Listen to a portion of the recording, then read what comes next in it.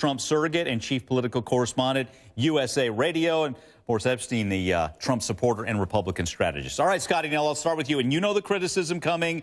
He sounds like a politician there. He's flip-flopping. You say what?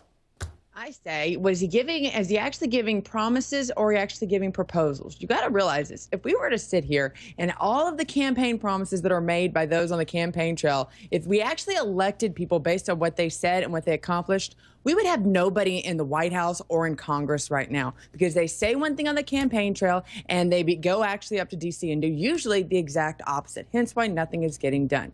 I think you're not necessarily seeing Mr. Trump change. I think you're saying, listen, this is a proposal. Everything should be a proposal. It's not black and white, especially when it comes to social issues. And when it comes down to it, it comes to the Constitution, and it's a states' rights issue in majority of those topics that you just mentioned. All right, Boris, so did it sound like proposals? And put on your strategist hat for a minute here. Is this the natural, somewhat of a softening and moving toward the center where oftentimes elections are won?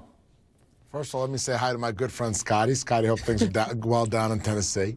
And secondly, listen, of course this happens throughout a campaign, especially for somebody who wasn't a politician 11 months ago. Of course he's going to have a turning toward the general. Now, listen, this is the beauty of Donald Trump as a candidate. You have somebody who's actually able to be thoughtful and not to just pick a position, pick a side, and say, no matter what happens, I'm not moving off of it. On the minimum wage, what did Donald Trump say? That since he's been traveling the country and seeing how people are living, he's evolved on it and still thinks it shouldn't change federally, but should change potentially on the state level, state by state. Because guess what?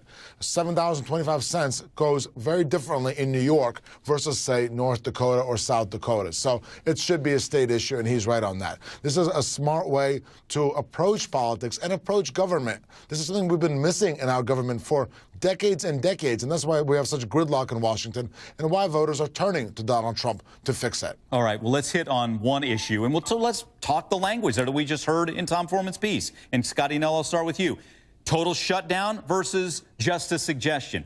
Because the thought there, and I'll ask you, are you concerned at all that someone say, a voter would go, what do you really mean here? Your thoughts? Well, here's the thing. When Mr. Trump first came out with this whole total shutdown, it was a total shutdown of non-U.S. citizens who happen to be Muslim. If you were a United States citizen and you were of the Islamic faith, then guess what? You could travel back and forth like you always have.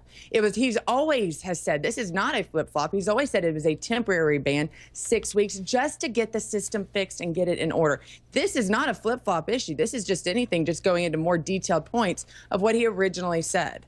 All right. Hey, guys, let's your overall take from both of you is that this is just the natural evolution of Donald Trump. The candidate won't hurt him. We shall see what the voters have to say. Boris, Scotty, Nell. It's going to get better for him over time. I firmly believe it, and he's going to get more voters that go toward him than go toward Hillary as the election progresses toward November. All right. Last word from Boris. Gets the smile from Scotty. You guys on the same team. You guys are happy. With that, we'll see you again soon. Thanks again. All right. How about this? And check out